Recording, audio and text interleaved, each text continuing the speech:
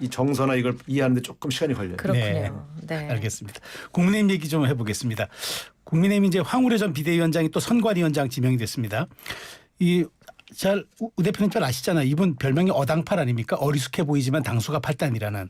근데 실제 굉장히 수가 높으신 분이죠. 그러니까 근데 이 지금 위기 국면, 특히나 이제 짧은 경선 관리 국면 잘 관리하시라고. 비대위원장이 아니고 선대위원장이라서 그렇죠. 그러니까 과거 비대위원장을 하셨죠. 특별히 하실 일은 없어요. 선대위원장이 할 일이 많지 않습니다. 근데 경선 룰 세팅. 룰은 선대위가 짜는 게 아닙니다. 선관위가 짜는 게 아니고요. 네. 당에서 짜는 거고 선관위는 정해진 룰을 관리하는 게 선관위입니다. 근데 요구할 수는 있지 않습니까? 아마 그렇지는 않은데. 그렇지 않아요. 근데 협의는 좀 하겠지만 네. 제가 중요한 건 지금 시간이 짧아서 국민의힘도 그렇고 더불어민주당도 그렇고 네네. 획기적인 룰을 도입하는 건 불가능해요. 그러니까 지금 우리 조국 혁신당에서 각 정당이 한꺼번에 모여서 100% 오픈 프라이머리 하자. 네. 불가능합니다. 근데 그런 것처럼 국민의힘도 새로운 룰을 만드는 건 굉장히 어려울 거예요. 현행은 50대 50이거든요. 네네. 민심 50, 당심 50인데 여론조사 50인 네네. 거죠. 근데 이제 실제로 보면은 뭐 유승민 그다음에 친한계 쪽에서는 이거 좀 여론조사 민심 비율을 훨씬 반영해야 되는 것 아니냐라고 얘기하는데 그 가능성은 제가 볼 때는 지금 시간에 누구에게 유리하고 불리한 것이 명확한 룰 개편은 하지 않는다. 불가능합니다. 양당 공이 그렇습니다. 양당 공이. 네. 네. 국민의힘에서는 이재명 대표 또 민주당을 심판하는 선거로 이번 조기 대선을 치를 전망이라 그럽니다. 이거 먹힐까요? 아직은 후보가 결정되지 않았는데 무슨 선거 전략이 벌써 세워졌겠습니까? 아마 이재명 대표를 상정하고 아마 국민의힘 내부에서 얘기를 하는 모양이죠. 전망이죠, 전망. 예. 그런데 어쨌든 이제 국민의힘이 할 수 있는 유일한 건 이재명 대표가 후보가 되면 이재명 대표를 악마화하는 것 받고 다른 전술이 있겠습니까? 근데 이미 그것은 지난 3, 4년간 너무 해왔기 때문에 네. 강도가 국민들 속에 파급력이 약하죠. 그러니까 제가 볼 때 그 소위 네거티브 전술만으로 선거에 이기는 후보는 없습니다. 그렇게 보니까 근데 그것 말고 사실 할 수 있는 게 없어요. 네. 제가 국민의힘이라도 답답할 것 같아요. 제가 볼 때는 윤석열 대통령과 절연하고 네. 친윤 성향의 지도부를 교체해야 돼요. 네. 그러지 않고 선거 치른다는 건 이재명 대 윤석열 구도를 못 막습니다. 그러니까 왜냐하면 외부에서 혁신적인 후보를 데려올 수는 없을 거 아니에요. 네네, 없죠. 시간이 없어서. 네. 그러면 결국은 당을 환골탈태해서 새로운 대한민국을 만들겠다고 주장하지 않고 그건 그대로 친윤 색깔을 가져가면서 이재명 후보만 욕한다고 선거를 이길 수 있나요? 네. 그러면은 대표님 보시기에는 어쨌든 대선이라는 건 우리가 흔히 이제 전망형 투표, 미래형 투표라고 하지 않습니까? 그렇습니다. 그럼 그렇게 걸맞게 선거 전략을 짜야지 이재명만 악마화하는 것으로는 이건 이길 수 없다. 그렇죠. 네거티브만 배널하면 야 윤석열보다 나아 그러면 끝나는 거 아닙니까? 네. 그게 이제 그런 문제죠. 네. 알겠습니다. 자, 보수 진영에서는 대선 출마를 선언했거나 할 분들 되게 많은 것 같습니다. 네. 오늘 안철수 의원이 광화문에서 대선 출마 선언하고 특히 보수 후보 중 1위를 달리는 김문수 장관도 내일 출마 선언한다고 합니다. 그동안 말을 아끼던 김 장관이 국민이 원한다라고 하면서 출마 결심을 밝혔는데 어떻게 보고 계세요? 첫 번째 저는 탄핵에 반대해온 분이 대통령 후보 나오는 거는 어불성설이고 이거는 뭔가 모순된 거 아닙니까? 네. 그러니까 저는 그런 측면에서 보면 참 보면 사람들이 뻔뻔하다.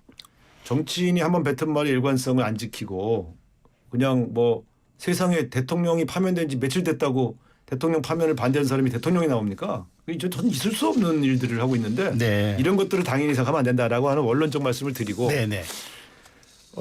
저희로서는 윤석열 대통령과 친하고 탄핵을 반대했던 분이 대통령 후보가 돼주면은 대선에서 민주당이 유리하죠. 그 누가 출마하냐 아니냐는 건 본인들 자유지만 저희들이 이제 긴장하는 관심을 갖는 건 저쪽에 어느 후보가 나올 때 우리가 유리하냐를 분석할 거 아니겠어요. 네. 제가 볼 때는 윤석열 대통령과 일체화될 사람이 나오면 우리는 편하고요. 네. 다만 오히려 탄핵을 찬성하고 윤석열 대통령을 비판할 분이 나오면 이제 이게 아무래도 그분들은 중도 예언 확장이 가능하니까 네. 거기서 경쟁이 시작되는 거죠. 네.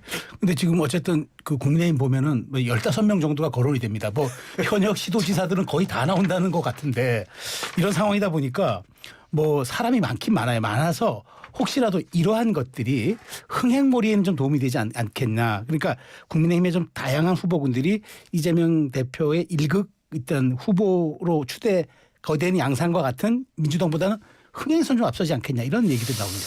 근데 이제 제가 대선을 여러 번 치러보니까 흥행이 돼서 본선에서 유리했던 선거는 딱 한 번. 노무현 대통령. 노무현대 국민경선제. 그 이외에는 여당이고 야당이고 흥행 때문에 대통령 선거에 도움된 적이 단 한 번이었습니다. 이명박 박근혜 두 분의 경선이 가장 흥행이 됐는데요. 네, 서로 분당될 정도로 상처를 주고 끝났지 않습니까? 그렇죠. 그 경선이 결코 본선이 유리했다고 보지 않습니다. 네. 그런 측면에서 본다면 그 후보가 많다고 그래서 흥행이 네. 된다. 저는 그렇게 보지 않고요. 네, 이재명 후보가 유력하다고 하면 이재명 후보를 이길 수 있는 후보가 나타난다면 그거는 흥행이 되겠죠. 네. 자, 이제 윤상현 의원이요. 절연보다 무서운 게 분열이다. 이러면서 대통령의 자산과 부채를 같이 짊어질 수밖에 없다. 말을 했습니다. 또 이제 찬탄파인 김상국 조경태 의원 이분들에게 탈당 요구를 하니까 김재섭 의원이 친윤계 의원들을 향해서 징계 대상이자 제거해야 할 고름은 전 처음 들어본 것 같은데요. 이렇게 말을 했습니다. 네. 어떻게 보셨습니까? 아, 과거에 네. 홍준표 대표, 김성태 원내대표 시절에 박근혜 대통령, 전 대통령을 출당시켰어요. 네. 그 정도는 해야죠. 그래도 대통령이 계엄령을 선포해서 내란죄로 처벌받게 되고 또 파면까지 된 정당이 윤석열 대통령의 자산까지 다 공갈을 다 끌고 가자. 네. 역사적인 평가를 받자 그런 것까지는 참아주겠는데 네. 그거 참 무례하고 네. 오만한 얘기죠. 자, 저는 국민의힘이 살려면 네. 윤석열 대통령을 출당시키고 네. 윤석열 대통령을 끝까지 변호하면서 광장에서 분열을 선동했던 몇몇 국민의힘 의원들을 제명해야 한다고 생각합니다. 그래야 국민의힘이 살아요. 그나마. 그 정도 고강도 처방을 해야 한다. 그런 조치를 안 하면 네. 이재명 대 윤석열 구도로 간다니까요. 윤석열 대통령이 선거 시기에 또 한마디 할 거 아닙니까? 못 참잖아요. 가만히. 예. 저분 풀어준 거 아주 신의 한 수예요. 저분이 박혀 있는 게 아주 좋아요. 저희는. 이 대선이라는 게 얼마나 예민한데 네. 그런 정도의 조치도 안 하고 마치 아무 일도 일어나지 않은 것처럼 국민의힘이 그냥 간다? 후보 경선하고? 국민이 바보가 아니지 않습니까? 그럼 지금 이번 재보궐선거에서 거제 선거를 잘 보라고 말씀드립니다. 거제 선거를 잘 봐라. 네. 알겠습니다. 시간이 여기까지 허락됩니다. 네. 그렇군요. 지금까지 더불어민주당의 우상호 전 의원과 함께했습니다. 감사합니다. 대표님 잘 들었습니다. 네, 네. 자, 저희 1부 마무리하면